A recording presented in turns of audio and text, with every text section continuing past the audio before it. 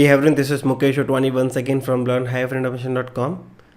So in this lecture, we will be talking about how we can start iBrowser session in Selenium. So in the last lectures, we discussed about Chrome, we discussed about Firefox. Now let's talk about IE. Now IE browser have some certain settings that we need to do. Okay, otherwise you will be getting some exceptions and some errors.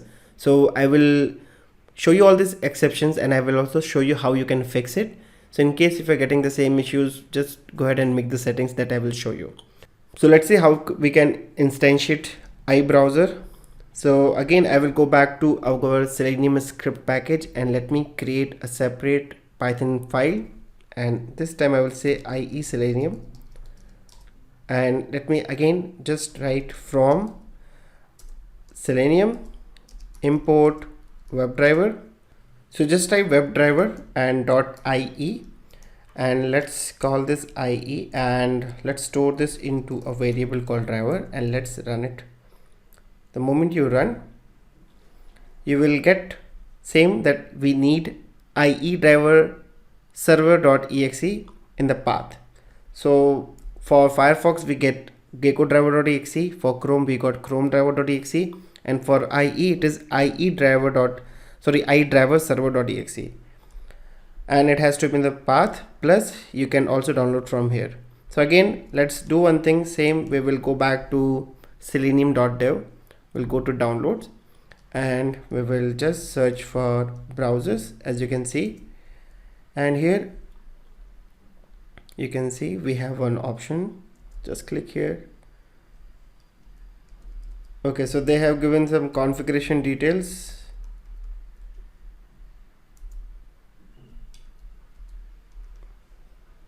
So let's do one thing, let's come here and just a second. Yeah. For Internet Explorer or for iBrowser, they have given a dedicated section, as you can see here, the Internet Explorer driver server, and we can download respectively for 32 and 64. I'm using 64 right now, so I will go ahead and search for 64 and it downloaded.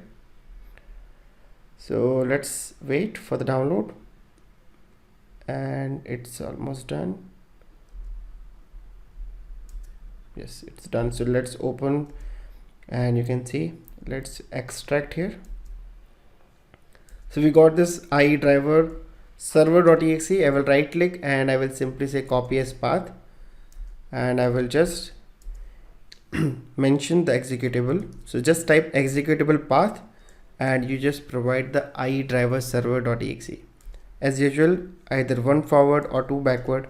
I will go with two backward, you can go with single forward as well. Now let's run this and let's wait. As you can see, we got one exception again, and this says session not created exception. And if you see the exception in detail, it says unexpected error while launching iBrowser. Protected mode settings are not same for all the zones. So enable protected mode must be set to the same value, either enabled or disabled. So guys, this was the exception I was talking about, that while working with IE browser you will be getting some error and exceptions. This is one exception that you will frequently get. So how to fix this? What you can do, you can open your iBrowser and you can open the properties, or you can just press Alt from the keyboard and you will get these options. Click on the tools, click on the internet options, and you can see one security tab here. So in the tab, as you can see, we have four zones, right? We have internet, intranet, trusted site. So what exactly this exception is saying, that it should be same for all the zones.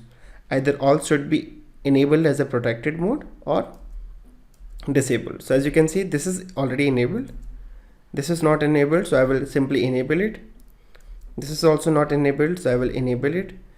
And this is already enabled, so click on apply, click on OK, and let's close this and let's run this program once again.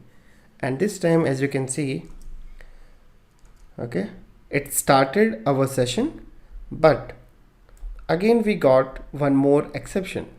Same exception, session not created exception, but if you see, the message is different this time. This time it says unexpected error, browser zoom level was set to 75, it should be 100%. This is another issue with IE. So how to fix? As it says, we need to set the zoom level to 100%, right? So again, press the Alt key from the keyboard. You can see we got the tools. Go to view, and you can see one option called zoom. Set it to 100%, and now we're good to go. So just right click and run once again, and this time it should not throw any exception.